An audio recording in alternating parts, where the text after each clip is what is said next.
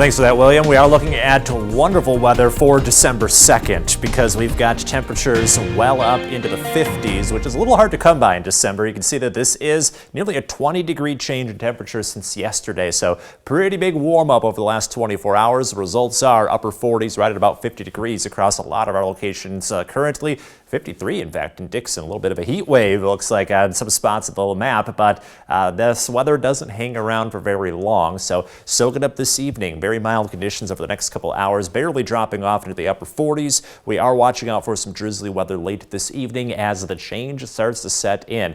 All right, now we're still feeling the 50s, but you can see it's not that far down the road from us. 30s to 20s on the way, even some spots today in the single digits. We won't get that cold, but it may feel like that at times with the winds on the way later tonight and tomorrow morning. As we look for the cold front, you can see on Exact Track radar that we are looking at some snow showers ahead of the front. We'll see some drizzly conditions as that front gets closer towards us, likely at about 7 o'clock at the earliest. So between about 7 to 10:30, that's when we're looking at some spotty drizzly weather. Not a ton of rain coming, but you note, not exactly staying dry for the rest of this evening. By the time we get to about 10 o'clock, that should be the last round of drizzly rain, and then we're dry after that, expecting to dry out so we don't have to worry about icy roads. What we have to watch out for is some blustery winds. 21 for tonight, gusts up to 45 miles per hour. So wind advisories in effect from the National Weather Service for southern Wisconsin and northern Illinois. Just as a heads up that it's going to be difficult to drive. Make sure your holiday decorations are secure because we got those strong winds throughout much of the night